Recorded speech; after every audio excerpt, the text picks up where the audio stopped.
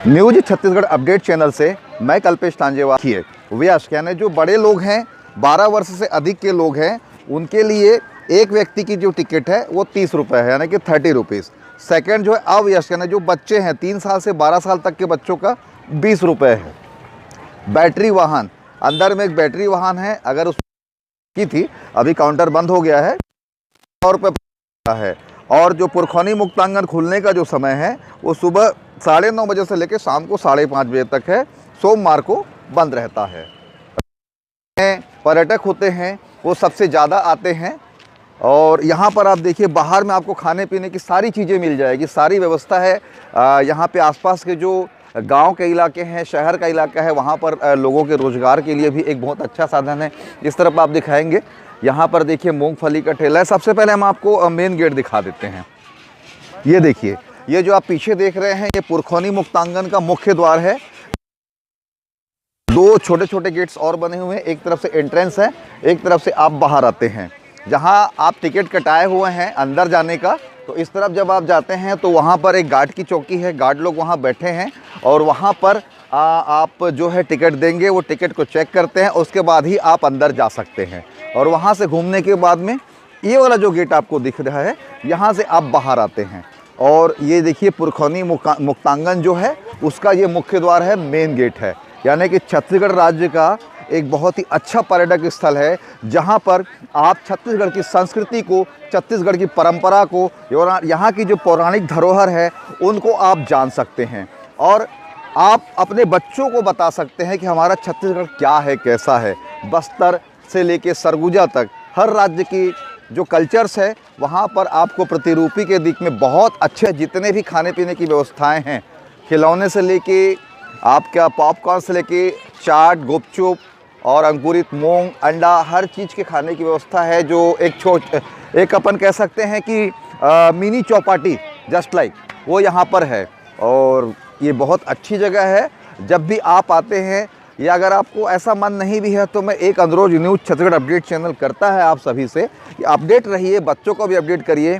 कम से कम जो नहीं जानते हैं वो यहाँ आकर एक बार छत्तीसगढ़ की संस्कृति को जरूर जानने का प्रयास करें। और विशेष तौर पे जो अपने बच्चे हैं उनको साथ लेकर आए, आज की जो पीढ़ी है उनको साथ लेकर आए, पुरखौनी मुक्तांगन को दिखाए। क्योंकि आज का जो कल्चर है छत्तीसगढ़ का पौराणिक कल्चर है कई सदियों से, वो यहाँ पर आपको देखने को मिलेगा। और हमारे जो नई पीढ़ी है, युवा पीढ़ी है, वो हमारी छत्तीसगढ़ को करीब से समझेंगे।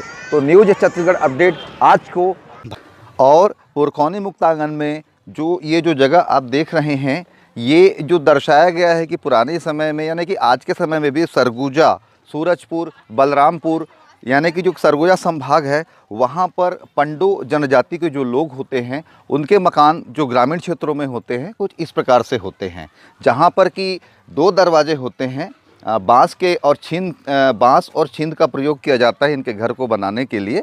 और मुख्यतः इसमें 2 दरवाजे होते हैं, जिसमें से एक बड़ा और मेन दरवाज़ा होता है। और इस प्रकार ये जिस प्रकार से कीजिए कि छोटा दरवाज़ा भी यहाँ पर है। छोटा दरवाज़ा जो होता है वो केवल महिलाओं के आने जाने के लिए होता है और बड़ा दरवाज़ा जो होता है वो पुरुषों के लिए होता है। इसी प्रकार से इस तरफ जो देख रहे हैं पंडो जनजाति के जो लोग होते हैं अपने घर के बाहर एक अलग सा बरामदा जैसा बनाते हैं, जहाँ पर उनके जो कुछ मेहमान आते हैं वो यहाँ पर उनको बिठाया जाता है।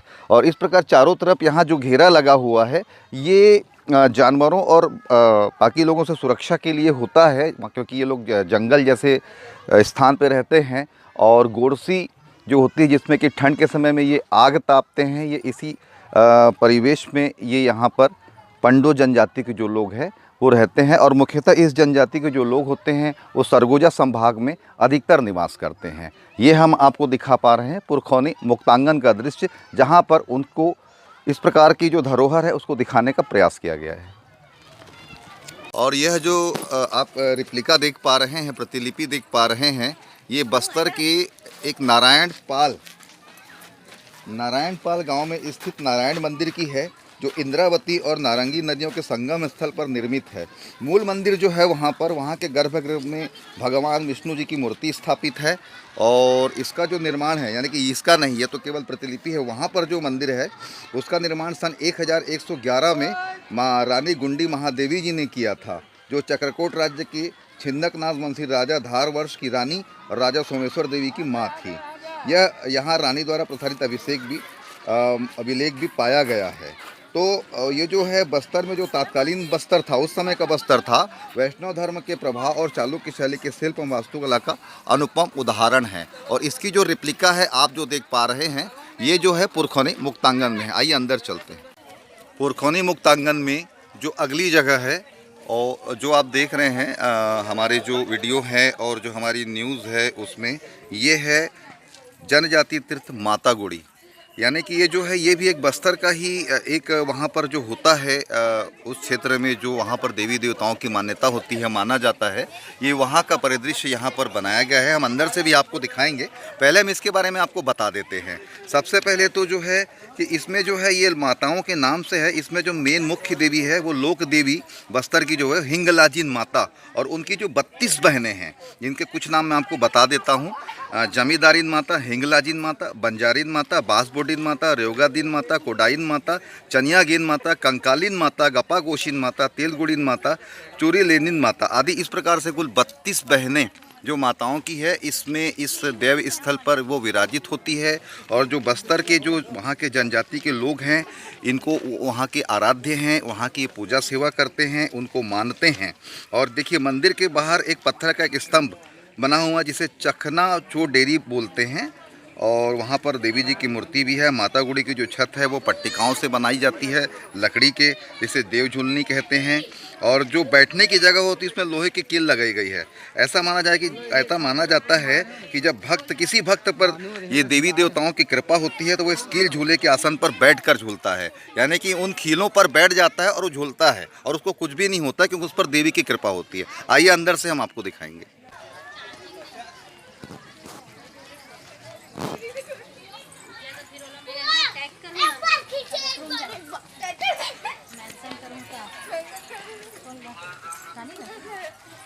ये देखिए, और एक बस्तर की एक और संस्कृति जो कि कई सदियों से चली आ रही है, अब लगभग विलुप्त हो गई, उसके बारे में हम आपको बता रहे हैं। पुरखौनी मुक्तांगन से घानासार।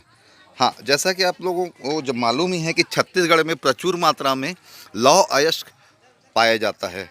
लौह अयस्क का मतलब जो कच्चा लोहा होता है वो, तो जो जब लौह अयस्क पाया जाता है तो इस प्रकार की जो चीज़ें हैं, बैलाडीला जहाँ पर कि बहुत बड़ी मात्रा में लौह अयस्क पाया जाता है, वहाँ के कुछ ग्रामीण क्षेत्रों में इस प्रकार से जो वहाँ का लौह अयस्क होता है उसको इस प्रकार की एक भट्टी होती है, भट्टी में उस लौह अयस्क को गलाया जाता है और ठोक पीट करके लोहे का आकार दिया जाता है। और ये कई सदियों अज्ञात पुरानी परंपरा रही है छत्तीसगढ़ की, जो कि अब लगभग विलुप्त होती जा रही है। अब तो ये गाँव में भी आपने को देखने को नहीं मिलेगी। हाँ, बैलाडीला के कुछ क्षेत्रों में आपको जरूर देखने को मिल सकती है। बस्तर का यह घानासारे का ये क्लिपा बस्तर संभाग का, वहाँ के ग्राम रक्षक देवता राव देव जी का विश्राम स्थल माना जाता है। यानी कि वहाँ के जो आराध्य देव हैं राव देवता, उनका ये विश्राम स्थल है जो वहाँ पर विश्राम करते हैं। और ये जो वहाँ पर की जो जनजाति है बस्तर की, वहाँ पर का ये बहुत ही धार्मिक स्थान है। पोलंग मट्टा, जो कि एक पहाड़ी का नाम है जो बस्तर संभाग के नारायणपुर ज़िले में है। और हम उसी के प्रतिरूपी के रूप में पुरखौनी मुक्तांगन में जो बनाई गई है उसी में हम चढ़ाई कर रहे हैं और हम आपको दिखा रहे हैं।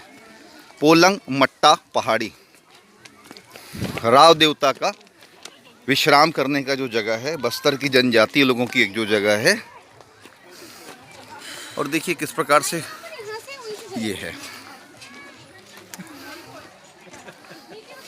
ये पोलंग मट्टा की जो पहाड़ी है कुछ इस प्रकार से ही है।